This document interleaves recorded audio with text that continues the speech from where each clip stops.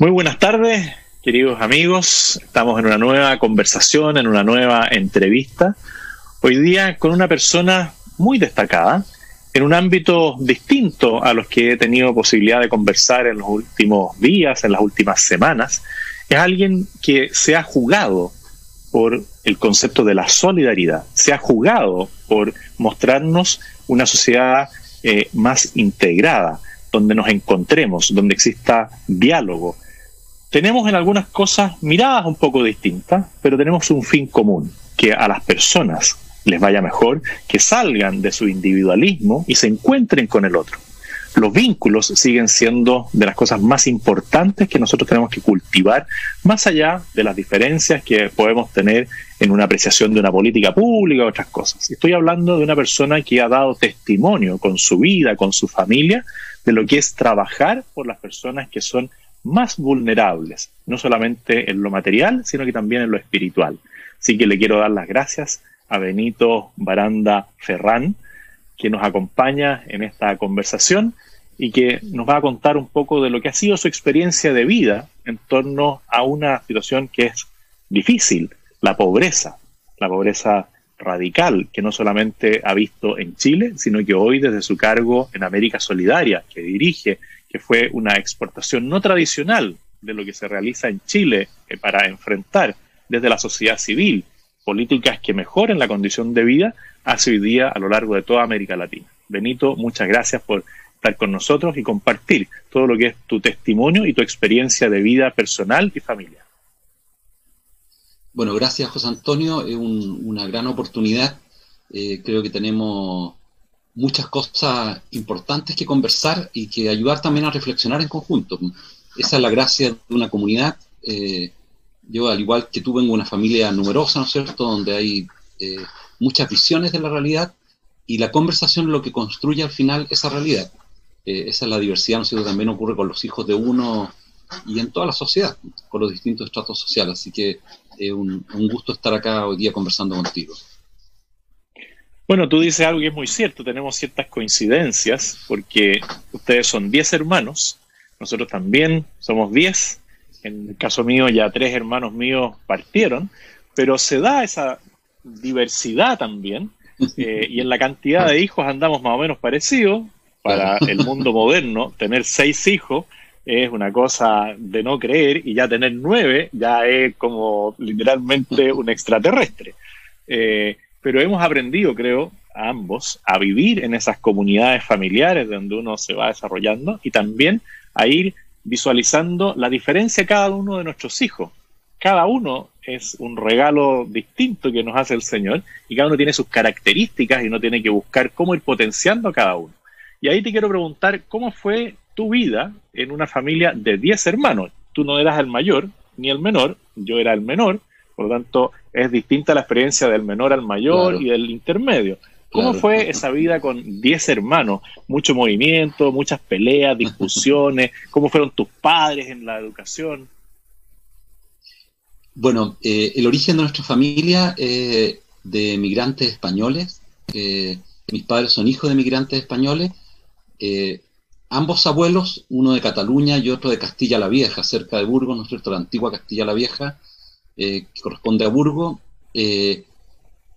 Arrancaron de España, digo porque fue uno de los tantas arrancadas de España o de Europa, producto de la guerra de Marruecos. No quisieron enrolarse para la guerra de Marruecos, y aprovechando una ventana que hubo a los 18 años, ellos 17, 18 años lograron arrancar, y bueno, y uno de ellos saliendo de la llamada gripe española, que nunca fue española, pero bueno, de la gripe española que los impactó, y llegaron a Chile, y bueno, comenzaron a trabajar. Después ellos mismos volvieron a España a buscar su esposa. Uno de ellos se dedicó a las propiedades y a las tiendas de ropa. De hecho, creó una tienda que después, con las multitiendas, ya fue muy difícil que la continuara, que se llamaba Almacenes Baranda, donde la moda manda, ve de bueno, ve de barato, ve de bonito, ve de baranda. Y el otro trabajó con la familia de la Selecta, con los Ferrer, un bonito trabajo, con muy lindos recuerdos siempre tenía él y mi mamá del trabajo allí. Y después, en conjunto con los Ferrer, compraron una panadería que se llama San Camilo, y esa panadería San Camilo la desarrolló después mi abuelo, Los Ferrer después se retiraron de la propiedad, o los descendientes de los Ferrer, y quedó la familia Ferrán, que somos bien numerosos también, ¿ya? Entonces el origen es de esas dos familias españolas que vienen de la pobreza de España, o de condiciones muy adversas. De hecho, ningún primo mío tiene los estudios que yo tengo. Yo saqué el doctorado en sociología en España y me fueron a ver mis primos cuando saqué el doctorado. Ellos ni siquiera, algunos terminaron solo el cuarto medio, porque venían de la pobreza. Y las condiciones en Europa también eran adversas, no era tan fácil para la generación de la posguerra poder terminar los estudios, quizá hoy día es más fácil. Recién los hijos de ellos están teniendo estudios superiores, y la otra familia por el lado de mi mamá es más pequeñita y también con la misma adversidad, desde obreros de la construcción que fueron avanzando y teniendo sus propias pymes en la zona donde está el champán de España, que se llama Cabas, en una localidad que se llama San Sauní de Noya, ya que son los Ferrán. Ese es el origen familiar. Yo soy el tercero de 10 hermanos. Mi madre alcanzó a estudiar algo en la universidad, quería ser profesora de inglés, y mi padre estudió arquitectura, y después, algo que marcó a mi padre, terminó yéndose a Valparaíso, a la Católica Valparaíso, previo a que se fuese todo el equipo de Cruz, del famoso arquitecto Cruz, que creó la escuela, la nueva escuela, ¿no es cierto?, de arquitectura de Valparaíso. Y se encontró con él allá, no se fue por él, sino que se fue un poco antes, y después se encontraron allá, y es de las primeras generaciones de la Escuela de Valparaíso. Eso marca un poco la manera de ser de él también, la manera de vincularse con el mundo.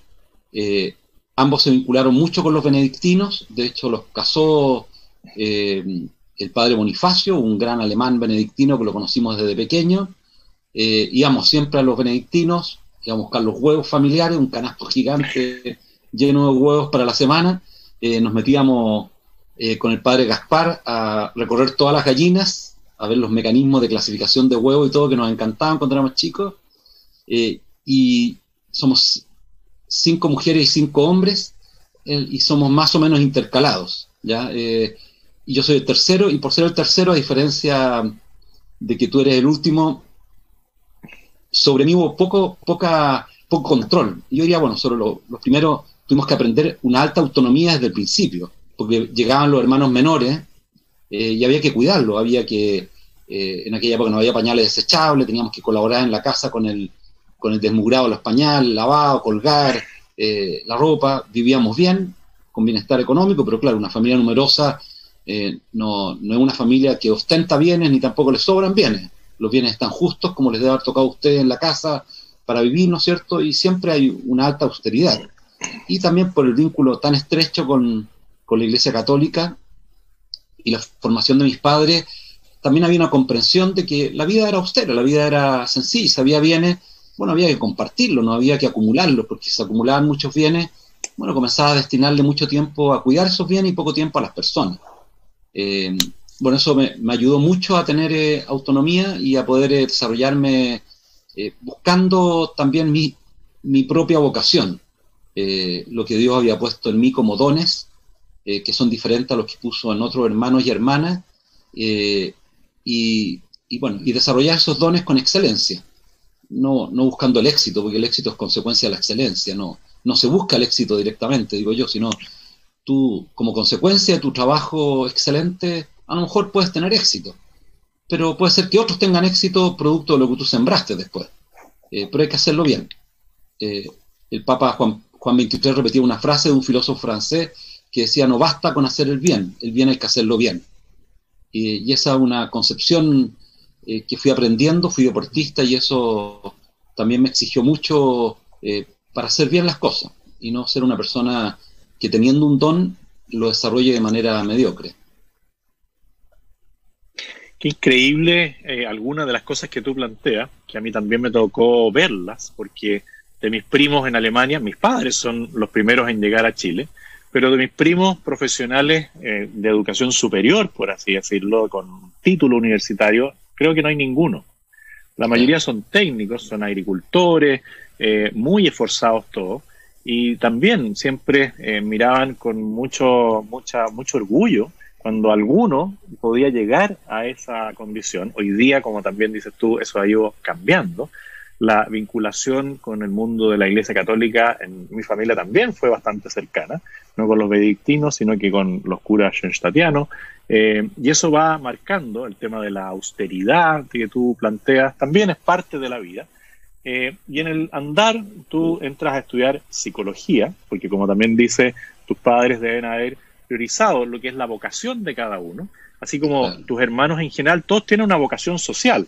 Tienes hermanos, un hermano sacerdote, tienes hermanos abogados, tienes hermanos profesores, pero ahí hay una impronta que seguramente viene de tus abuelos, de tus padres, y que en el caso tuyo se encaminó hacia la psicología.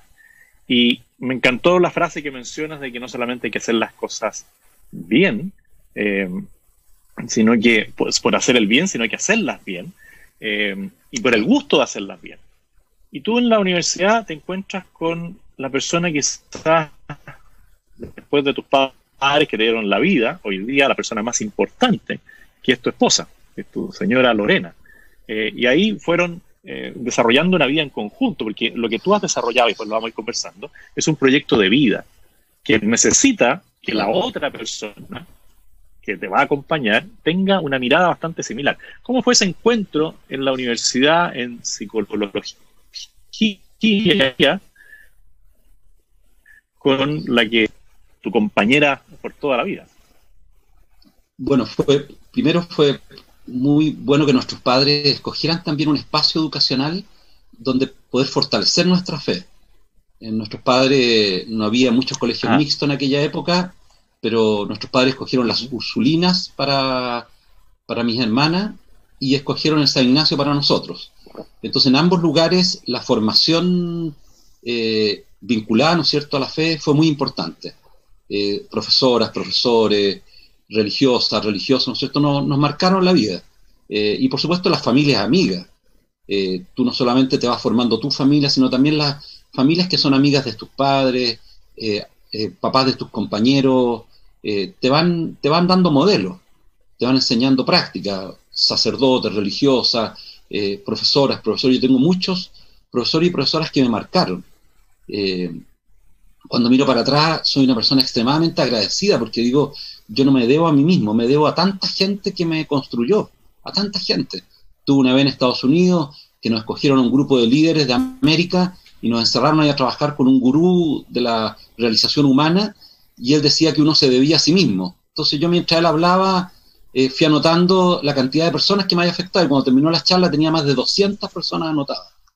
Desde chiquitito, tanta gente que me afectó. Entonces, claro, la estructura escolar fue muy importante. En la enseñanza media, bueno, yo practiqué mucho atletismo, fui campeón sudamericano, o sea, tuve el récord sudamericano de 1500 metros con obstáculos a los 15 años, y el atletismo me marcó también una disciplina personal de que si tú tienes una habilidad, la tienes que desarrollar. No basta con tener la habilidad, no basta con que tú hables bien, tengas mucho conocimiento, pero si no cultivas el conocimiento, si no lees, por ejemplo, permanentemente, si no estás escuchando lo que otros hablan, bueno, te vas empobreciendo, porque en el fondo tu propia habilidad no se va desarrollando, ¿ya? Es como un músculo, como ocurría en el atletismo. Si yo no entrenaba, por supuesto que no podía competir con otros porque no desarrollaba mi habilidad, por mucho que en habilidad natural a lo mejor fuese superior a otros, ¿ya? Y allí aprendí, por ejemplo, que uno no competía contra los demás, sino que siempre competía contra sí mismo. El atletismo me marcó mucho, perdona que me vaya por esto, porque después me marcó en el resto de la vida. Una vez gané una prueba y mucha gente me ha escuchado esto. Sí, mucha gente me ha escuchado esto, pero me marcó mucho la vida. Mi entrenador, Pato Rosell, que era muy cercano en edad, que había sido también un gran deportista y velocista, no me felicitó cuando terminó una carrera. Tú te acordarás de un periodista de Pedro Pavlovich, el hermano Santiago, un periodista alto, deportivo, que yo crucé la meta ganando un campeonato nacional en el Estadio Nacional, tenía 15 o 16 años, y él me levanta y me abraza y me grita, ganaste, Benito, porque él me conocía corriendo desde chiquitito. Y bueno, y mi entrenador no me felicitó, entonces caminé hacia donde él y le dije, bueno, pero ¿por qué no me felicita? Y me mostró el cronómetro. Y me dijo una frase que para toda la vida me ha quedado marcada, él se ríe cada vez que la repito, porque yo creo que ni siquiera se acuerda, entre tantas personas que entrenaba él, y me dice, hoy día tú deberías haber batido el récord sudamericano, y de puro flojo no lo hiciste, eres un mediocre, me dijo. Tú eres el mejor atleta en los últimos 300 metros, nadie te gana porque tienes una energía tremenda, me dice. y en los últimos 300 metros, como llevabas ya una distancia considerable la persona que venía atrás, no corriste como corres habitualmente. Te conformaste con ganar. No te voy a felicitar, ¿por qué te voy a felicitar? Si estábamos entrenando para que saliera hoy día a batir el récord sudamericano, y no lo hiciste. Mira la marca que hiciste, me dijo. Tú nunca compites contra los demás, siempre compites contra ti mismo. Te van a ganar los colombianos. Yo tenía 4 adversarios en Sudamérica y los 4 eran colombianos.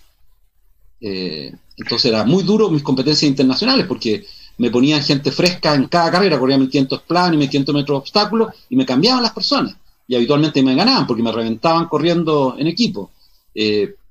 Entonces ese aprendizaje fue muy importante para mi vida y también tuve la oportunidad en la enseñanza media de meterme en los ejercicios espirituales de San Ignacio, acompañado de un sacerdote que ya falleció, muy mayor, Edwin Hodgson, y de otros sacerdotes que nos fueron marcando la vida y haciendo entender algo que aparece muy claro en el Evangelio, que yo creo que también me ha marcado mucho. Yo repito habitualmente, José Antonio, cuando me toca hablar con personas del mundo católico y me preguntan, yo digo, mira, el peor enemigo de uno mismo es uno mismo. O sea, el que más se sabotea a sí mismo es uno, por el carácter de uno, por las torpezas de uno, por las faltas de uno, por el daño que uno puede provocar a otro.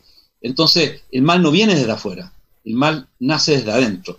Y eso uno tiene que irlo trabajando. Y eso los ejercicios espirituales de San Ignacio, que es un retiro, que es vincularse con el Evangelio, no con San Ignacio, con Jesús, con la Iglesia, marcaron mi vida y hasta el día de hoy los repito habitualmente, periódicamente, unos 8 días en silencio, para volver a meterme y volver a conectarme con aquello que Dios me pide en la vida. Bueno, y estando en la universidad nos encontramos con Lorena, que tenemos trayectorias distintas, pero vidas interiores muy parecidas y llamados también del Señor muy parecidos. En el tercer año de universidad nos pusimos a pololear, nos vimos trabajando como voluntarios en el Hospital Psiquiátrico del Peral. Yo creo que ahí nos enamoramos más todavía, porque nos vimos trabajando para personas que estaban muy abandonadas con trastornos mentales.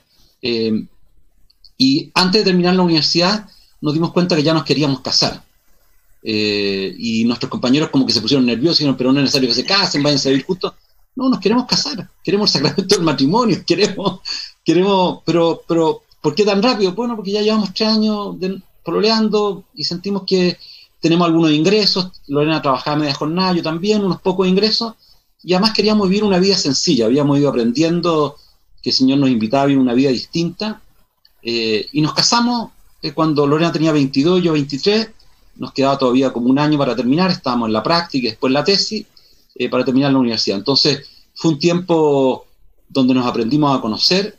Entre medio yo tuve un paréntesis ahí largo, porque en un momento quise hacer un recorrido fuerte, me fui a Tierra Santa, me quedé encerrado en Tierra Santa un tiempo, solo como peregrino, y claro, y fue muy importante porque también me conecté profundamente con Jesús y el Evangelio. Entonces, cuando la gente me clasifica a mí, o trata, ¿no es cierto?, de vincular mis pensamientos a partidos políticos, a coaliciones, yo digo, mira, la verdad es que sí, pueden hacer lo que quieran, pueden pensar lo que quieran, pero cuando lo digo, trato de decirlo desde el discernimiento, desde el Evangelio. No lo quiero decir desde el discernimiento solo desde el mundo, ¿no es cierto?, económico, político, que es extremadamente importante. Tengo un hermano que se ha dedicado parte de su vida a la política y lo admiro mucho, él tiene esa vocación. Y admiro la vocación de político y lo defiendo mucho. Defiendo mucho a las personas que se involucran porque considero que es una actividad extremadamente necesaria y noble y que puede causar mucho beneficio o mucho daño. Pero bueno, la vocación es lo que uno tiene que descubrir y eso me ayudó a mí a descubrir que mi gran vocación es trabajar con las personas que están más marginadas, más excluidas, y para eso me he formado con la mayor excelencia posible. He tratado de aprender lo más posible de la realidad, de los libros, de los estudios y de gente muy sabia que hay en el mundo, en la academia. Y esto, al final del día, es también una vocación familiar, desde el punto de vista de Lorena, de ti, porque claro, se fueron complementando. Tú dices, venimos de orígenes o trayectorias distintas, pero en la complementariedad está también parte de la excelencia, seguramente. ¿Cómo fueron los inicios como matrimonio de psicólogos? Porque yo, por ejemplo, me casé con una abogada, ¿ah? También conocí a mi esposa en la universidad, también nos casamos jóvenes. Te regalo lo que es una discusión con mi señora, las pierdo todas. ¿Ah? ¿Y cómo es la vida matrimonial de dos psicólogos? Porque yo conozco la de dos abogados. Siempre tengo que pedir prórroga, pedir algún aplazamiento en los plazos. Siempre pierdo. ¿Cómo es la vida de dos psicólogos? Bueno, primero Lorena es inmigrante ecuatoriana. Ella nació en Ecuador. Su papá es de la generación de médicos que se vino a formar a Chile a una de las escuelas, ¿no es cierto?, más importantes de neurocirugía que había en Latinoamérica, que la dirigía el doctor Asenjo. El Instituto de Neurocirugía lleva su nombre hoy día, y mi suegro, que ya falleció, fue discípulo del doctor Asenjo.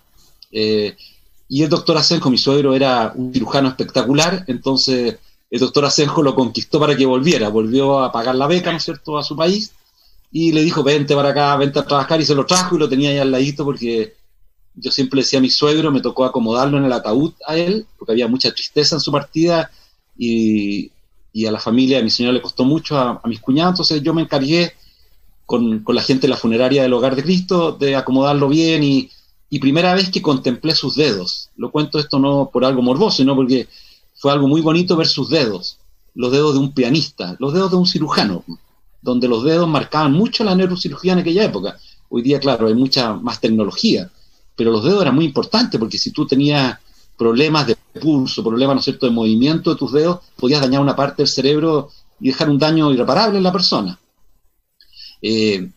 Entonces, claro, ella viene de una familia migrante de primera generación en Chile, naciendo allá en Ecuador, pero viviendo toda su vida acá en Chile. De hecho, tiene la nacionalidad chilena, Lorena. Y yo creo que ambos vimos esta invitación del Señor a vivir una vida más sencilla, ¿ya? Ella vivía al lado del club de polo en Vitacura, ahí me tocaba vivir al frente de la escuela militar en Las Condes, y nos fuimos a vivir a un barrio donde vive el 80% de las personas. Tú los conoces, un barrio de Independencia, no te ha tocado en las campañas, no sé, visitar tantos de esos barrios, no es nada excepcional, porque la gente me dice, uy, qué grande, Benito, la renuncia. No fue renuncia, es la invitación a la vocación de uno. Uno, cuando va siguiendo su vocación, claro, renuncia a algo, pero la renuncia siempre a algo secundario, no a una carga, una mochila que uno lleva atrás. Ya tú has renunciado a muchas cosas por lo que estás realizando hoy día, y no es que sea una carga de un tren que llevas arrastrando en tu espalda, sino que lo haces con el gusto de desarrollar esa vocación de uno. Y nos fuimos a ver una pequeña casita cerca de la calle Independencia, una calle que se llama Concha Pedregal, que es muy cortita, General Concha Pedregal, y ahí nos hicimos muy amigos del barrio. Al poquito tiempo el Hogar de Cristo reabrió una hospedería que la había cerrado en la década de los 60, un empresario le donó una casa por ahí cerca, coincidió que era cerca donde vivíamos nosotros, y nos fuimos a vivir a la hospedería. La crisis económica de los 80, tú te recordarás, ahora que la hemos estado recordando, fue tremenda. La pobreza se disparó casi, no sé, por sobre el 60%, fue muy dura para todos, también para la clase alta, media. Fue una crisis económica de una envergadura que yo creo que dañó a muchas familias de todos los estratos sociales. Logramos salir adelante, pero fue muy dura, hubo mucho aprendizaje allí, y volvieron los niños a la calle, y volvieron a hacer sus rucos, muchos niños, porque claro, cuando había tanta pobreza y hambre, las familias tuvieron alta tensión también dentro de los núcleos familiares, y ahí el Hogar de Cristo decidió reabrir la hospedería de niños. No habían otros matrimonios, hicieron selección de matrimonios, no resultó, y una hermana que tú seguramente conociste, tu familia, estaba a cargo de la dirección social del Hogar de Cristo en esa época, la hermana María Elena Herrera, chenstatiana, ¿ya? Y la hermana María Elena Herrera, que falleció no hace mucho, allá en San Felipe, Los Andes, ella nos propuso un día encargarnos a nosotros, éramos jovencitos, y yo le dije, ¿pero segura, María Elena? Sí, nos encantaría que ustedes se encargaran. Bueno, y nos trasladamos a vivir, y estando en la hospedería, y por eso lo cuento, allí ya nos cambió la vida definitivamente con Lorena. Cada vez que hablamos, o sea, nos hizo pedazo la vida del Señor ahí, pedazo en buen sentido. Por ejemplo, aprendimos que uno puede vivir sirviendo a los demás, y no pierde nada, gana mucho, todos los días, mucho. Que puede vivir en un pequeño espacio y sin tantos bienes materiales, que por supuesto son necesarios los bienes, pero uno no vive para esos bienes, porque si no, por supuesto, se deshumaniza. Y vivíamos en una pieza, liquidamos los bienes que teníamos, y terminamos viviendo en una pieza dentro de una hospedería.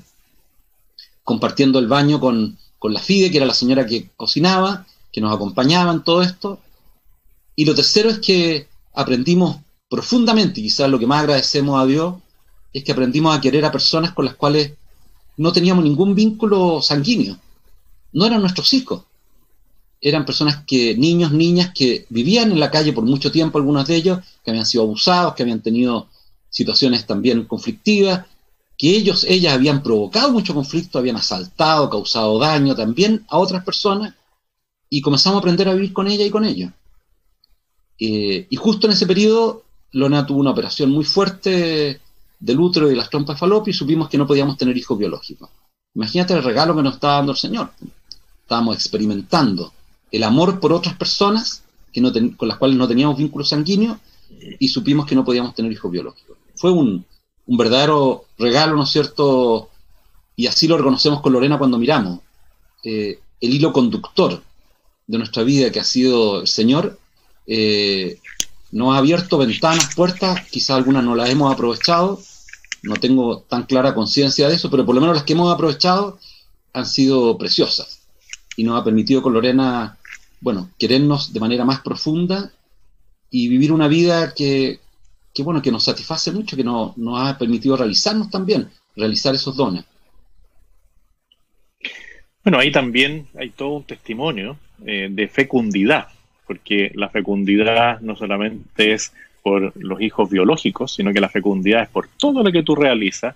Claro. Y en el tema de la paternidad, tú has ejercido la paternidad con 6 hijos, que si bien quizás no son hijos biológicos, pero son tus hijos. Así como Jesús, ¿no es cierto?, es padre, no es padre biológico, pero es padre de todos nosotros. Ustedes han ejercido la paternidad de una manera impresionante, y quizás, en la medida que se pueda también, contarnos cómo se vive esa fecundidad y ese mirar, esa cosa que algunos dicen, Dios me castigó porque no tengo esto, pero tomarlo como un regalo, porque dice, yo perdí esto, pero gané esto otro. Y siempre cuando hay situaciones complejas, yo lo viví con mis padres que perdieron 3 hijos, ellos decían, el dolor no se me va a pasar, pero Dios me regaló y valoro la vida de ese hijo en los 2 años que estuvo conmigo, en los 18 años que estuvo conmigo, en los 34 años que estuvo conmigo, y lo toman sin perder el sentido del dolor como algo que también se puede tomar como un regalo o una oportunidad, una manera distinta. ¿Cómo fue el regalo de cada hijo que han podido sacar adelante? Tú además tienes hoy día la alegría de decir que ya esto se prolonga porque eres abuelo hace muy poco. Así que anoche. Así que... Bueno, mira, y te sonríe, ¿ah? Como dicen, vamos a tener que llevarte el babero, ahí ya se cae la baba de orgullo, de amor, de alegría, porque es una expresión de amor increíble cuando uno recibe a cada hijo y cuando cada uno después da vida a otros. ¿Cómo fue el regalo de ir recibiendo a cada hijo que hoy día integra tu familia? Bueno, cuando Lorena fue operada por el doctor Leontich, que le mando saludos si está escuchándonos hoy día, mi suegro estaba un poco asustado porque esto fue como consecuencia de una peritonitis que ella tuvo. Entonces mi suegro siempre como que tenía sentimientos de culpa en relación a esto. Yo le decía, pero suegro, no se preocupe, ¿sí? Esto pasa nomás, ¿no? ¿Qué le vamos a hacer? Y me dijo, no le diga inmediatamente a Lorena cuando despierte de la operación, pues fue una operación muy larga, sino que anda diciéndole de a poco. Y bueno, y Lorena despertó y me dijo, ¿cómo fue la operación? ¿Qué le iba a decir yo? ¿Qué fue más o menos? ¿Qué fue? Le tuve que decir. Y ella con una paz interior muy grande me dijo, ya, pues entonces vamos a tener que adoptar, me dijo. Porque siempre habíamos pensado tener una familia numerosa. Entonces lo cuento esto porque yo creo que el Señor nos dio la paz interior, no para sentir, como tú dices, ¿no es cierto?, que era una pérdida el no tener hijos biológicos, sino que había que abrir otra ventana para transformar esto en una ganancia. Y cada hijo ha sido, por supuesto, un regalo gigantesco. Hay gente que a lo mejor no le gusta hablar de regalo en relación a los hijos, pero para los que vibramos con los hijos, en las buenas y en las malas, los dolores de ellos, los sufrimientos que también nos provocan a nosotros, pero también en esos grandes gozos, bueno, sabemos que es un regalo, lo experimentamos cotidianamente. Tenemos un hijo mayor, Manuel, que acaba de ser papá, ¿no es cierto?, y que tiene 31 años, y una hija menor, Magdalena, que tiene 20 años. Y cada uno de ellos, Constanza, que viene después de Manuel, Ignacio, que hoy día está trabajando y estudiando afuera, Antonia, Santiago y la misma Magdalena, ¿no es cierto?, han sido un regalo gigantesco. A horas de ellos, cuando nos ha tocado bautizarlo, con Lorena somos llorones, nos lloramos todo el bautizo. Mi hermano, que es cura, o mi hermana religiosa, nos miran y dicen: oye, pero ¿qué? Si esto es el bautizo nomás. Pero claro, se te ocurre que todo lo que pasa en tu interior, de la vida que esa persona te está entregando a ti, producto de la llegada de esa persona, es tan conmovedor interiormente, que nos afecta mucho con Lorena, nos afecta en el sentido positivo de la palabra, nos afecta positivamente. Y la llegada de Magdalena fue una modificación sustancial en nuestra vida familiar. Ella capacidad, y al llegar a la casa, cuando la adoptamos, bueno, cambió la dinámica de nuestra casa, nos sigue cambiando hasta el día de hoy, nos obliga permanentemente a salir de nosotros mismos para estar disponible a trabajar con ella, a ayudarla en su desarrollo, nos obliga a comunicarnos de manera distinta. Ella ve un poquito, escucha un poquito, tiene problemas motores, me toca hacer la terapia con ella ahora porque no puede ir a la terapeuta, la hacemos por Zoom, y me ha cambiado la relación con ella fuertemente. Todo este periodo de pandemia ha sido un cambio muy grande en el vínculo con ella. Yo nunca había tenido un vínculo tan estrecho con ella. Por supuesto que soy el padre y me vinculaba con ella y la quiero mucho y ella me quiere mucho, pero nunca hemos tenido un vínculo tan estrecho porque tenemos que hacer la terapia juntos. Ella es tan grande que no lo puede hacer otra persona a la casa para moverla, y de hecho cada vez que termino los brazos me duelen mucho, y me duelen durante, porque es dura la terapia para que ella mueva su cuerpo, no se quede encorvada, ¿no es cierto?, y pueda desarrollarse adecuadamente. Entonces cada uno de nuestros hijos nos ha cambiado la vida, y hemos puesto en práctica también con nuestros hijos lo que aprendimos de nuestros padres y lo que aprendimos donde estudiamos, las personas que nos acompañaron y nos ayudaron, que ellos vayan responsablemente escogiendo desde sus habilidades, capacidades, libremente los caminos que tienen que tomar. Y han tomado sus caminos en sus estudios, en su formación también, en los vínculos que han generado, en las amistades que hoy día tienen, y uno los va viendo cómo van creciendo. Y por supuesto, en la trayectoria de ese crecimiento, como te debe tocar a ti, le haber tocado a tus padres, hay dolores, hay momentos de tensión, hay dificultades. La dispersión de los hijos cuando son hartos es grande, ¿no es cierto? Y los intereses también son grandes, pero son distintos, pero uno sabe que el Señor está ahí y debe como tener presente que Él está actuando, y que a veces uno no entiende cómo actúa, no comprende por el camino que va, pero después de unos años uno mira para atrás y dice: pucha, que fui leso, no me di cuenta, y me estaba diciendo esto el Señor en relación a los hijos. Y hoy día miramos y vemos a nuestras hijas e hijos y nos encanta. Dos de nuestras hijas, una de ellas ya se había ido a la casa, vivía sola, pero volvió ahora en este periodo, cerró su departamento y se vino. Son profesoras y hacen clases desde acá. Y verlas haciendo clases todos los días, bueno, es bien emocionante, bien emocionante verla con sus alumnos pequeños, una de ellas educadora de párvulo, la otra es profesora de educación física, y bueno, es un cambio muy grande verlas cómo crecieron. Y Manuel, por supuesto, no vive en la casa, vive con su esposa, con la José, pero él estudió preparación física en el Duoc de Puente Alto, y se juntó con mucha gente muy distinta socialmente a él, pero claro, con una trayectoria de vida muy similar a la de él también, con historias quizás parecidas desde los orígenes, porque tenemos tantas similitudes que nos olvidamos de esas similitudes cuando vemos diferencias como superficiales. Y él hoy día ha tenido que trabajar desde la casa por Zoom también, haciéndole personal training, ¿no es cierto?, a mucha gente que lo llama y que le pide que las acompañe en este periodo, que ha sido muy bonito también para él, ha crecido mucho él en este periodo. Y bueno, y ahora ellos dos, con la llegada de Manuelita, la vida les ha cambiado mucho también. Bueno, quizás ahí puedo tener un buen dato, porque yo necesito alguien que me ejercite para bajar este gran músculo que tengo aquí, poco entrenado.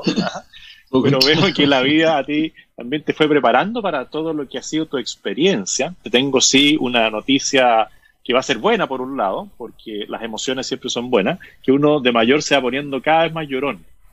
Claro. Yo me he emocionado cada vez que algún hijo recibe el título universitario, cuando se han casado, cuando me ha tocado el bautizo de un nieto. Son todas emociones que uno va acumulando, y con los años, claramente las lágrimas corren más que cuando uno era joven, pero son lágrimas de orgullo, de satisfacción, de amor, también porque se te pasa la vida completa del otro en ese momento, y eso claramente genera una emoción fuerte, pero muy, muy buena, muy linda, muy rica. Y bueno, esa vocación que ustedes tienen también lo fue haciendo tomar opciones. Como tú dices, vivir con poco, no buscar el éxito sino la excelencia. Y dentro de esas opciones, ustedes buscaron un lugar para ya radicarse más alejado de donde vivían originalmente, porque claro, se fueron a Independencia. Tú muy bien señalas algo que para mí también es una realidad. Cuando uno tiene una vocación, no tiene que decir que es una carga. En el ámbito en el que yo me muevo, muchas veces me encuentro con otros que me dicen, mira, yo que me he sacrificado tanto, yo que he dejado tanto, y le digo, bueno, pero ¿cuánto has ganado? ¿Cuánto has ganado en el crecimiento personal, en desarrollar tu vocación?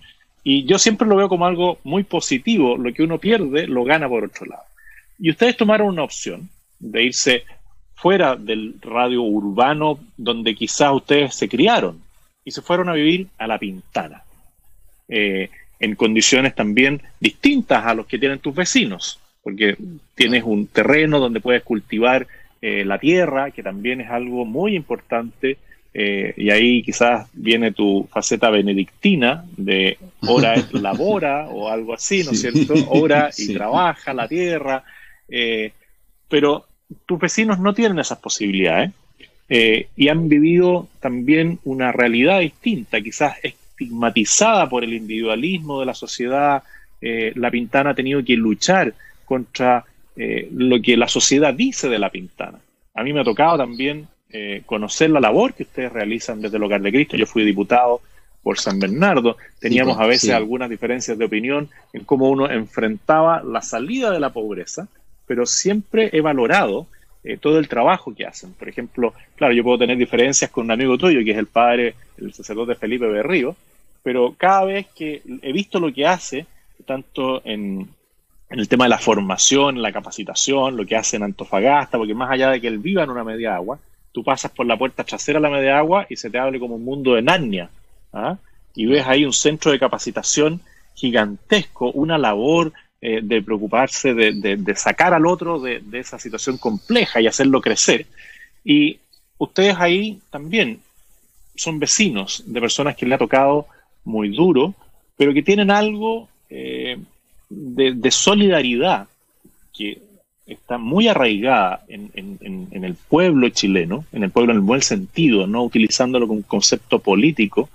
Está todo el tema de, por ejemplo, la religiosidad popular, que no se vive quizás en situaciones económicas más acomodadas, no se vibra, no es tan sensible el ser humano a la religiosidad popular, a la solidaridad con el otro, pero también viven esa realidad dura del hacinamiento, del estigma, de vivir ahí. Algunos incluso dicen, no, yo vivo en San Bernardo o vivo en Puente Alto, porque están justo en el límite, en la calle San Francisco, pero viven en La Pintana, pero dicen, no, yo vivo en San Bernardo, para no usar el concepto. Y tú, con tu familia, han reivindicado el hecho de vivir en La Pintana. ¿Cómo es la relación con tus vecinos?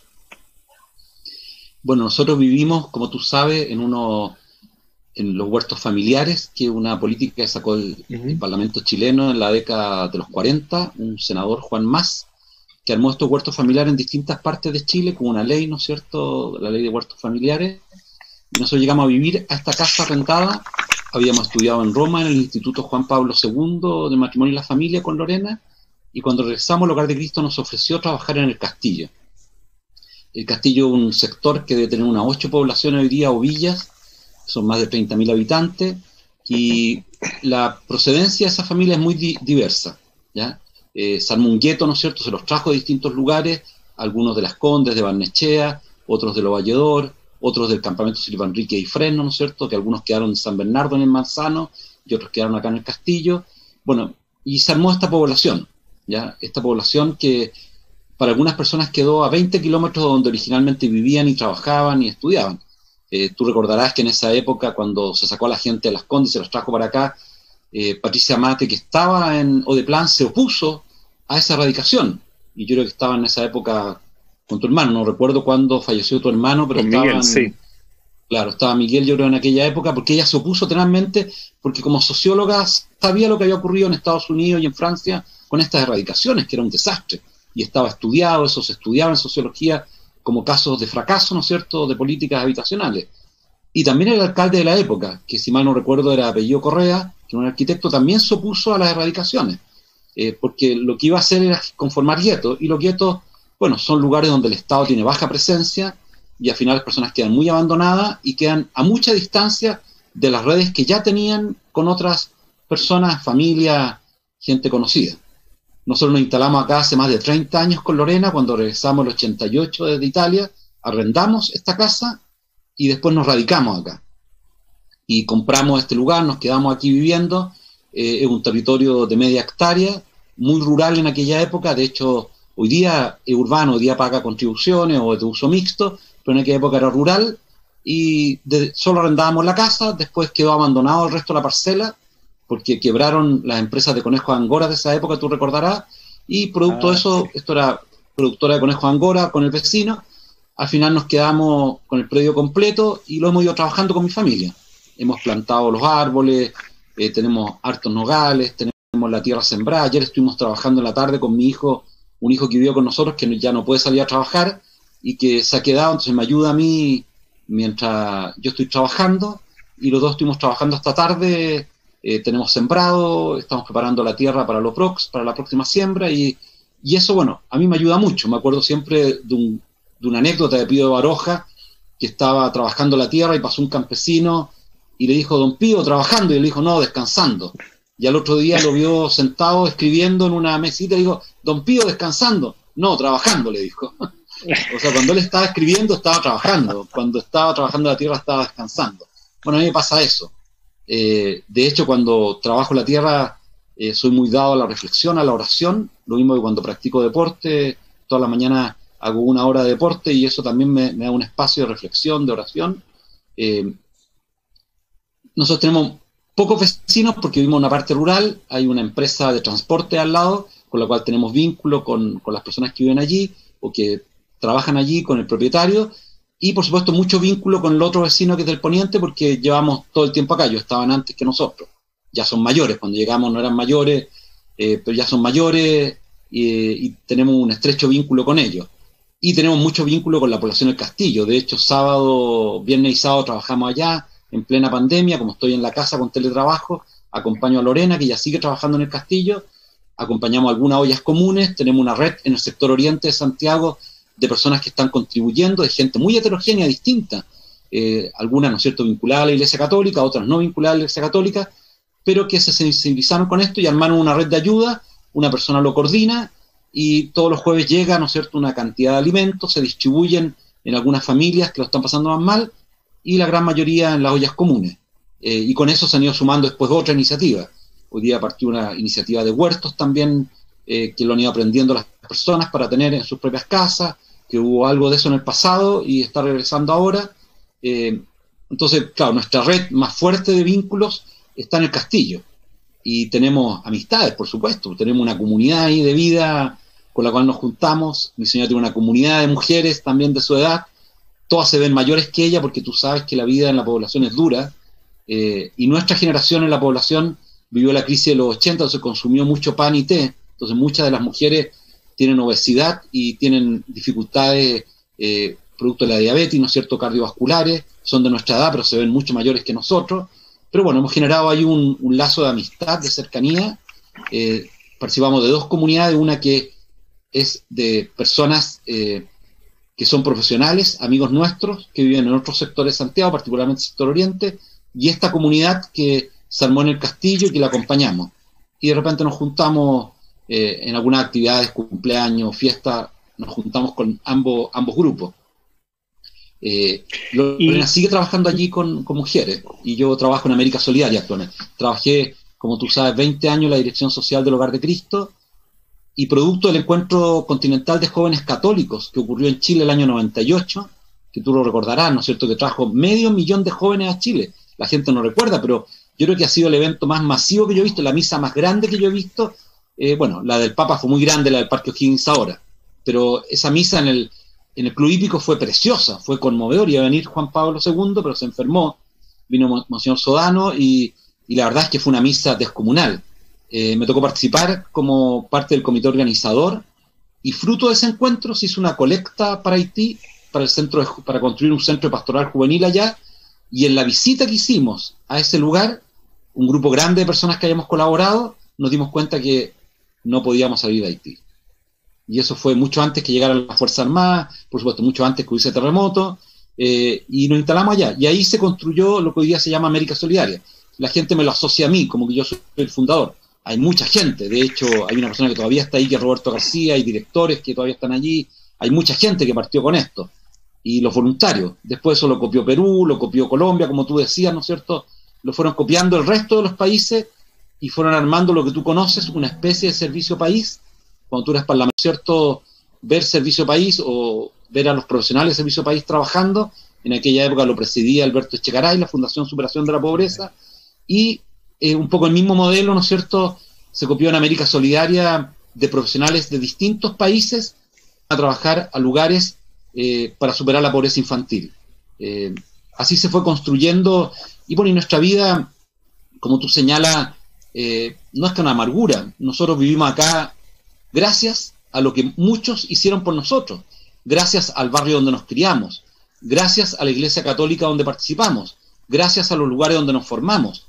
No vivimos acá mirando como una desgracia donde viven los otros o lo que los otros nos entregan. Al contrario, si no hubiese ocurrido todo eso, no estaríamos acá. Si no tuviésemos las redes de solidaridad que tenemos, no estaríamos acá. O sea, y eso nos gusta mucho decirlo con Lorena, porque eso nos hace entender que las realidades humanas son similares. Y uno no puede, ¿no es cierto?, castigar enjuiciando a unos contra los otros. La justicia es bidireccional. Cuando alguien te dice hay que ser justo con los pobres, bueno, pero también hay que ser justo con los ricos. También hay que ser justo con los de otros credos religiosos o de personas que piensan distinto a uno. Porque a veces las personas tienen este apasionamiento por la pobreza, pero contra los otros que viven en otros lugares, o contra los otros que piensan distinto. Claro, y eso lo único que causa es odiosidad, causa mucho daño, e impide que las personas colaboremos con la modificación de la realidad. Eso es muy cierto, porque al menos lo que me ha tocado ver con mis hijos es la aproximación a la realidad de vida de otros tiene que ser siempre constructiva, sea aproximarse a la realidad de vida de personas que tienen más que uno y también a la realidad de vida que tienen personas que tienen mucho menos que uno, y generar vínculos, porque finalmente los vínculos humanos son los que pueden sacar adelante una sociedad. Y hoy día estamos en un debate entre un Estado solidario, un Estado subsidiario, que claramente soy partidario de un Estado subsidiario, pero yo veo en ti como una tercera vía, porque la solidaridad en general se presta entre personas, seres humanos que son solidarios, porque es una característica de la persona, no del Estado. El Estado tiene que, a mi juicio, hacer buenas políticas públicas, y ahí tú tienes una experiencia enorme en temas de políticas educacionales, en temas de políticas educacionales, y quizás esa mirada o ese punto de encuentro que tú podrías generar entre aquellos que miran más un Estado solidario y los que tenemos una visión más de Estado subsidiario, podría haber un punto de encuentro en esta mirada que tú has aprendido también en otros países, porque quizás no todos tenemos la experiencia de ver realidades de pobreza extrema, como la que se vive en Haití, y que requiere mucho tiempo y mucha colaboración, ni siquiera de los organismos internacionales, que muchas veces caen en utilizar esa situación para otros fines o para otras políticas distintas a superar esa pobreza espiritual, material, durísima que se vive en Haití. Entonces, ¿cómo ves tú esta confrontación que hoy día está latente en Chile y que se va a plasmar en una consulta a la ciudadanía de si quieren o no modificar la actual Constitución? ¿Cómo salimos bien parados? Porque si nos vamos a una confrontación completa como la que hemos vivido después del 18 de octubre, yo creo que es imposible generar una constitución mejor desde cada una de las miradas, porque llegar incluso al lugar físico para conversar, para dialogar, para construir, hasta eso va a ser muy difícil, porque va a haber tensión enorme en el ambiente. ¿Cómo ves tú esa vía alternativa entre estas dos posiciones? Bueno, me ha impactado mucho en el último tiempo, tú que vienes también del campo, una publicidad de una cooperativa al sur de Colum, ¿no es cierto?, que habla de la colaboración. Me ha impactado mucho, me he conmovido cuando la he visto. Está muy bien construida y... claro, Darwin señalaba que para la evolución humana son importantes la mutación y la selección.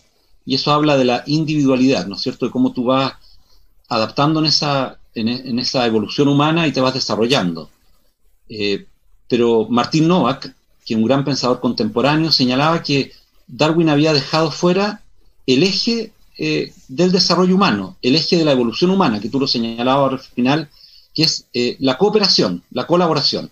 Te toca dentro de tu familia, te toca, ¿no es cierto?, en los negocios familiares, toca, ¿no es cierto?, en el campo, toca en la escuela, toca en la iglesia, que sin colaboración, sin conformación de comunidad, es muy difícil tener evolución en la humanidad. Entonces, lo que yo he señalado es que, y que he repetido y que tú seguramente me has escuchado, es que debemos llegar a un nuevo reequilibrio entre lo individual y lo colectivo, ¿ya? Si no llegamos a ese nuevo equilibrio, o se va a sacrificar mucho de lo individual por lo colectivo, o vamos a olvidar lo colectivo en lo individual, y ambos extremos nos van a llevar a una alta tensión. Esto, Zygmunt Bauman, un gran sociólogo polaco, ¿no es cierto?, judío que vivió en Inglaterra, señalaba que ya Freud lo había analizado, y Freud decía que en su época se sacrificaba mucho lo individual por lo colectivo, entonces te obligaban a comportarte de una determinada forma a la sociedad.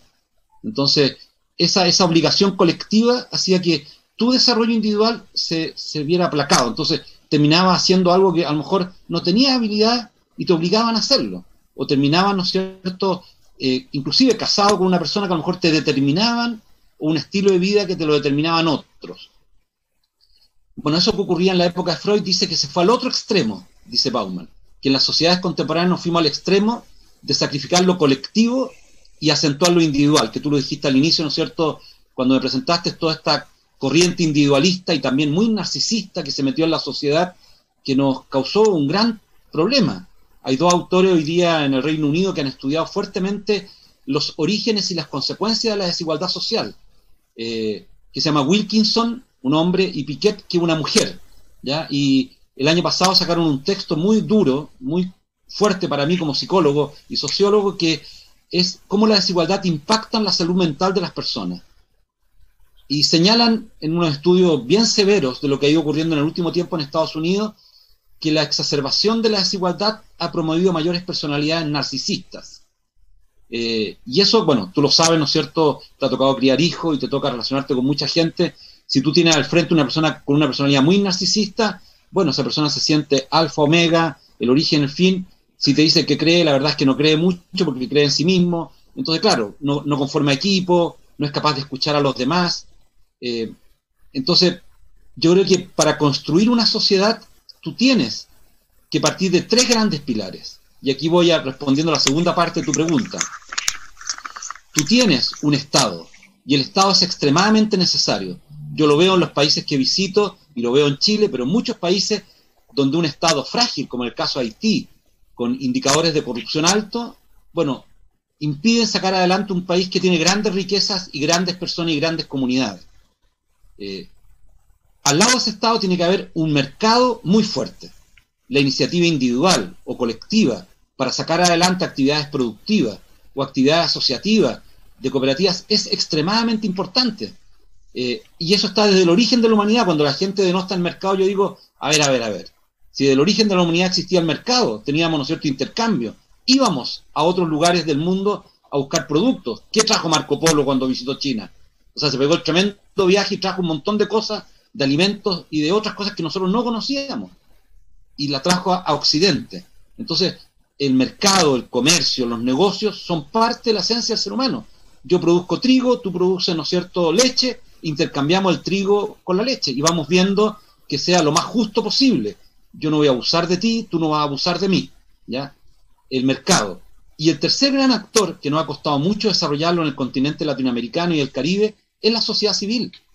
Y la sociedad civil fue instrumentalizada, utilizada en distintos periodos de la historia por la política o por el empresariado, ¿ya?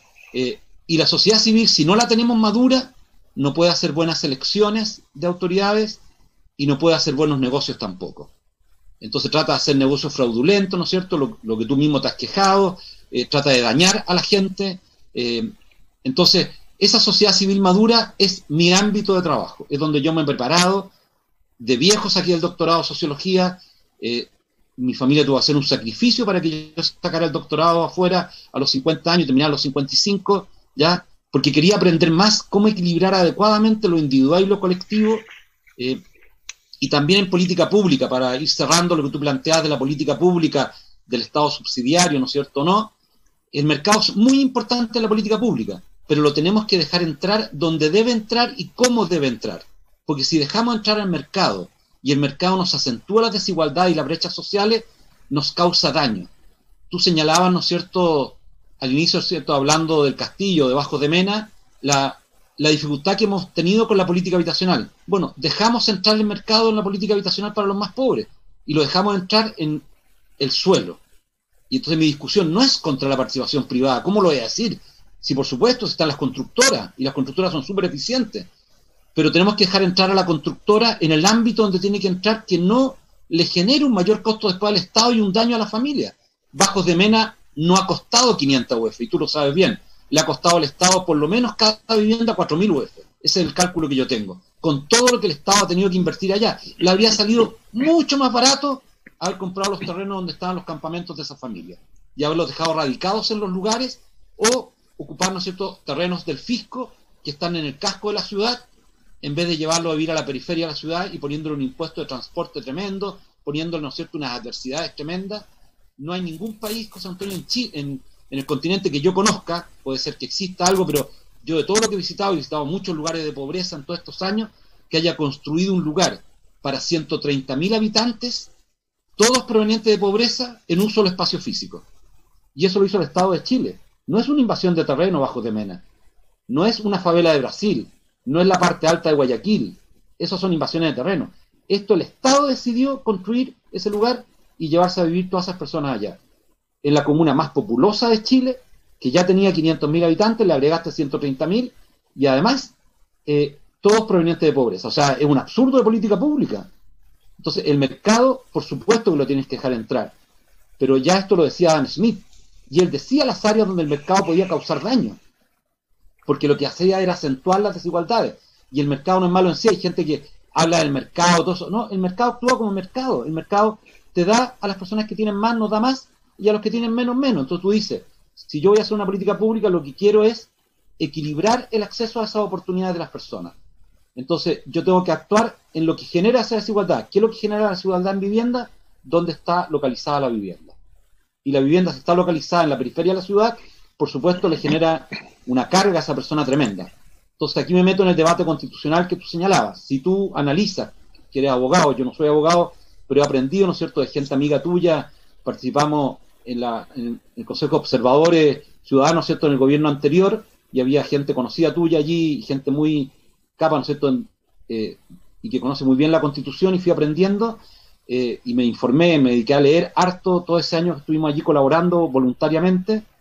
El artículo 19 de la Constitución, por ejemplo, donde habla justamente del rol subsidiario del Estado, si tú en ese artículo no ubicas bien ese rol subsidiario, le vas a permitir al mercado ingresar a áreas que al final van a ser contra el mercado, porque van a terminar dañando el mismo mercado. Entonces, como dicen los capitalistas, un gran académico conocido mío de Estados Unidos dice siempre que el peor enemigo del capitalismo son los capitalistas, porque cuando tú eres un defensor del libre mercado y llegas a tener una posición predominante, bueno, tú lo conoces, ¿no es cierto?, fuiste parlamentario, comienza todo el lobby para mantener la posición predominante y se te olvida la competencia, y se te olvida el libre mercado. Entonces no quieres competidores, o te compras la competencia, haces una compra agresiva y te compras la competencia para evitar la competencia y para controlar el mercado.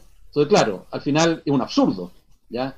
Y eso lo hemos tratado de regular. Tú participaste, ¿no es cierto?, en el Parlamento, en leyes que tratan de regular justamente eso, que permanezca esa competencia, que favorezca a la ciudadanía y que mejoremos la manera de producir, porque si no, al final, con oligopolio, monopolio, no vamos a mejorar la manera de producir, sino que la van a controlar unos pocos. Entonces, esa es mi discusión, y yo he señalado en el último tiempo también que considero que Chile tiene un régimen extremadamente presidencialista, que con el avance también del conocimiento de personas y también de grupos minoritarios, tú eres parte hoy de un grupo seguramente considerado minoritario desde el punto de vista político, ¿no es cierto? A lo mejor no es minoritario desde el punto de vista de los adherentes. Bueno, todo eso tiene que ser escuchado, y cuando tú tienes un régimen extremadamente presidencialista, bueno, tienes la dificultad. Yo no hablo de un régimen parlamentario, pero sí de un adecuado equilibrio de poderes, porque si no, al final te puede tocar una persona que casi como una monarquía y que haga cosas que puedan ser dañinas. Te pongo un solo ejemplo. Hoy día estamos discutiendo las medidas para la clase media, y esas medidas para la clase media se deberían haber discutido antes de lanzarla al Parlamento o de lanzarla a la opinión pública, porque es un goteo. Tú te has fijado, ¿no es cierto? Salió una medida, después se corrige, después por el clamor público se da otra medida, y lo mismo nos pasó antes con las medidas de la pobreza.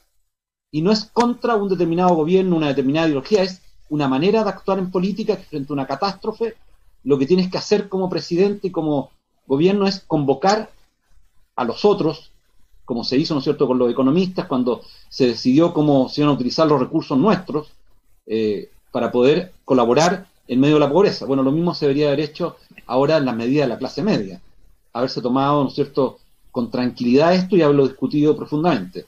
Y por eso yo digo siempre, ¿no es cierto?, debemos ir construyendo un nuevo Estado que es más maduro, pero eso depende de una sociedad civil también que sea más consciente, más responsable. Y termino con una frase que me encanta mucho. En Europa hubo el padre de los indignados, que se llama Stefan Hessel, que ya murió, que fue uno de los inspiradores de la Carta de los Derechos Humanos, un francés. Y él escribió un librito en medio del movimiento de los indignados en Europa, que se llama Indignados.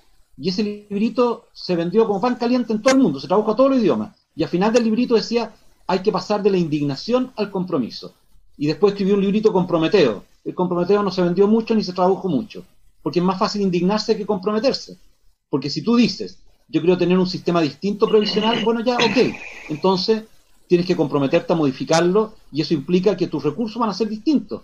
Entonces la gente no quiere, la gente quiere ganar, ganar. No, pues, si tú quieres modificar la realidad, implica, si dices, me da pena cómo viven los campamentos, bueno, tienes que aceptar que a lo mejor van a instalar esas casas al lado de tu casa.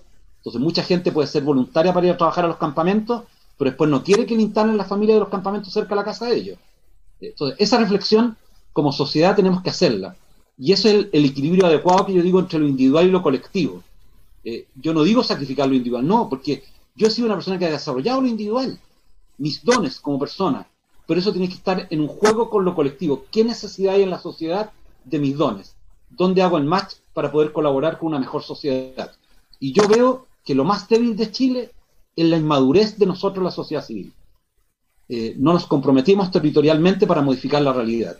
Y podemos hablar y pedir mucho al mercado, al Estado, pero cuando tú nos visitas a nosotros, visitas nuestras comunidades, bueno, ese compromiso no perdura en el tiempo, que es mi temor, ¿no es cierto?, frente a la gran movilización solidaria hoy día a los sectores populares. ¿Cómo hacemos que esa solidaridad se transforme en mayor cohesión social en esos lugares, en mayor seguridad para la ciudadanía en esos lugares, y en efectivamente ayudarnos mutuamente en los momentos de adversidad? Capaz que la memoria va a ser corta y se nos va a olvidar. Esa campaña que yo te digo de Colum dice al final, ojalá no nos olvidemos que la colaboración es lo que nos hace ser personas. Bueno, muy, muy acertado todo el desarrollo de la idea, así que te agradezco eso. Y lo he visto también en planteamientos tuyos cuando hablas de la salud primaria y la salud terciaria, que es algo que a mí también muchas veces me impacta. Claro. Creo que frente a la pandemia, lo que se hizo estuvo bien para que los médicos no tuvieran que elegir entre la vida de uno y de otro, pero claramente la prevención en la salud primaria siempre debiera estar en primer lugar. También cuando uno ve las medidas de políticas públicas, uno dice, bueno, ¿y dónde estuvo la anticipación? Porque se veía, ¿no es cierto?, claro, que esto iba a traer una crisis social, una crisis económica, y que el goteo al final va generando mayor tensión porque las personas dicen, bueno, si yo no protesto, si yo no hago algo violento, finalmente, esto no va a cambiar. Y al final nosotros llevamos a la exacerbación de las personas, porque dicen, bueno, la única manera que yo tengo para obtener algo que hoy día es de justicia, no lo voy a obtener si yo no hago algo fuerte, que termina muchas veces siendo manejado por otros. Pero quiero ir cerrando esta conversación, que te agradezco mucho, de verdad, porque nos ha abierto una mirada quizás de planteamientos que en los medios de comunicación, por la rapidez, por la contingencia, no se pueden desarrollar. Y que tú tienes que contestar muy rápido a la pregunta de otro. Estamos en estos matinales de la emocracia, porque es pura emoción, y con la emoción a veces uno no logra transmitir algo que tiene que ir complementando la emoción, que es la racionalidad, la razón tiene que ir jugando, ¿no es cierto?, con la emoción. Pero tú dijiste 3 conceptos que lo encuentro totalmente acertados: Estado, mercado y sociedad civil. Y yo veo que muchas veces, tanto del Estado, de las dos miradas del Estado, el socialista, el capitalista, se ahoga a la sociedad civil. Y es fundamental que para un buen desarrollo y para que exista paz social, para que exista crecimiento, la sociedad civil tenga un espacio para desarrollarse sin la influencia que también mencionaste de la política o del dinero. Y el dinero puede ser del dinero que se ganó legalmente o del dinero que viene de actividades ilícitas, porque la sociedad civil también puede ser capturada por el narcotráfico, así como por los grandes conglomerados, y también puede ser ahogada por el Estado. ¿Cómo trabajamos, y con eso vamos a ir cerrando, un mayor espacio para la sociedad civil? A mí me tocó, cuando era parlamentario, ver la ley de las donaciones y cómo el Estado le quitaba un trozo a la donación en vez de fomentarla, porque en otros países uno ve que la filantropía es importante y en Chile se ve como sospechoso, como diría el Bombo Fica, que alguien quiera donar, más allá de cumplir con sus obligaciones tributarias y otras cosas. Pero muchas veces en países desarrollados la ciencia, los estudios de políticas públicas se desarrollan en base a la filantropía y no se mira con ese sesgo de sospecha de que esta persona quiere influir negativamente en algo. ¿Cómo vamos desarrollando más esa capacidad de darnos cuenta de la importancia que tiene el crecimiento de la sociedad civil? Claro, la sociedad civil, yo señalo, ¿no es cierto?, porque soy parte de ella, digo, es inmadura porque nos ha costado mucho desarrollar nuestra conciencia moral. A lo mejor te ha tocado a ti con tus hijos trabajar eso, ¿no es cierto?, en los lugares donde yo no he estudiado, pero cuando tú conversas con personas adultas, a veces tienen un juicio ético de una persona chiquitita, de una persona de 7 años, 8 años, en las opiniones que dan. Entonces yo digo, nuestra sociedad civil tiene que madurar y tenemos que aprender a dialogar. En nuestros territorios vive gente muy diversa y las organizaciones de la sociedad civil tienen que aglutinar a esas personas diversas. Esa es la gracia. Cuando a mí me dicen hay desconfianza con el mundo político, yo digo, la gente apunta al mundo político. Sí, el mundo político tiene que hacer mucho. Yo participé de la comisión Engel. Tiene que hacer mucho. Pero si no lo hacemos desde la base, no va a ser posible. A ti seguramente te ha tocado, tú llegas a una población, a una villa, hay poco vínculo entre las personas, hay poco cuidado a veces entre los mismos vecinos. Bueno, si no lo trabajamos desde lo local, es difícil que después podamos llegar arriba. Las organizaciones de la sociedad civil hemos actuado de manera muy desmembrada en el tiempo, no como un cuerpo, como actúa la política, a pesar de que puede tener discusiones, pero un cuerpo, o como actúa el empresariado, que también puede tener discusiones y diferencias, pero actúa como un cuerpo. Y ahora recién, después del terremoto del 2010, y ahora con la pandemia, hemos ido actuando más como cuerpo. Y hemos ido acordando cosas, que es difícil, porque somos muy diversos, como ocurre en el mundo político también. Pero tenemos que demostrar madurez. ¿Cómo podemos exigirle al mundo político algo que nosotros no hacemos? Entonces, las organizaciones de la sociedad civil, generamos una comunidad de organizaciones solidarias, que preside hoy día Rodrigo Jordán, y después le pedimos a las otras organizaciones que nos vayamos sumando a una plataforma única. Y por primera vez, José Antonio, el año pasado, producto de la crisis que hubo, ¿no es cierto?, en octubre, establecimos un diálogo con el gobierno y con el empresariado desde esa plataforma, que somos como 700 organizaciones, muy diversas. Pero bueno, como es diversa la política, ¿no es cierto?, y como es diverso el empresariado, tú que vienes de una familia empresaria, también hay diversidad. Entonces, pero si no hay respeto entre nosotros y no aprendemos a dialogar, ¿cómo nosotros de la sociedad civil vamos a ir a enseñarle a las personas o trabajar con las personas en el diálogo. Es una vergüenza, ¿no es cierto? Entonces, esa madurez tiene que ir avanzando. Y por supuesto esa madurez tiene que ir acompañada de reformas legales. Tú señalaste una. Si los recursos no participan activamente de esto, bueno, tampoco se la va a comer el Estado o se la va a comer el empresariado. Lo que tenemos que hacer es facilitar con leyes. Y hoy día hay 47 cuerpos legales, decretos administrativos, no sé, espacios donde hacer donaciones, y al final esos 47 es un pupurrí, ¿no es cierto?, bien complejo, y lo que hemos venido peleando es por una ley única. Y en el gobierno anterior del presidente Piñera se lanzó, el ministro de Hacienda Felipe Larraín lanzó una ley única, pero la lanzó sin acuerdo con los parlamentarios. O sea, ¿cómo lanza una ley? En el último día de gobierno, la firma, la manda, tú que fuiste parlamentario, lo primero que tiene que hacer él es hablar con los parlamentarios y encontrar la masa crítica de personas que están de acuerdo para poder enviarla, no un checklist que dice, no, yo mandé la ley, es asunto del Parlamento. No, estamos entre personas maduras. O sea, tú convocas a la sociedad civil, convocas al mundo parlamentario y dices, oye, vamos a hacer esto, ¿qué les parece? Y lo comenzamos a co-construir, que no es co-gobernar, porque el otro día una persona me decía que era co-gobernar, no, es co-construir, para que cuando llegue al Parlamento tengamos más o menos consenso y no entremos en una pelea que al final los medios de comunicación, como tú señalabas, se aprovechan, exacerban esas desigualdades y al final no se toman cuñas de frases para confrontar a las personas. Entonces, yo creo que lo que requerimos hoy día es que toda la parte legal vaya acompañando el desarrollo de la sociedad civil, pero de manera autónoma e interdependiente con el Estado y el mercado, no que sea sujeto al Estado o sujeto al mercado. Entonces, eso yo creo que nos va a dar una sociedad más madura. A mí me ha tocado visitar los países de la Europa del Norte que admiramos tanto y tuvieron tantos problemas como nosotros. Si tú lees la historia de Finlandia, tuvo problemas graves como país para construirse, pero bueno, lograron construirse, y el peso de estos sectores dentro del Estado, dentro de un país, está equilibrado y tiene sus momentos tensos, pero hay un determinado equilibrio allí que lo hace muy importante para la construcción de la democracia y de la libertad de las personas.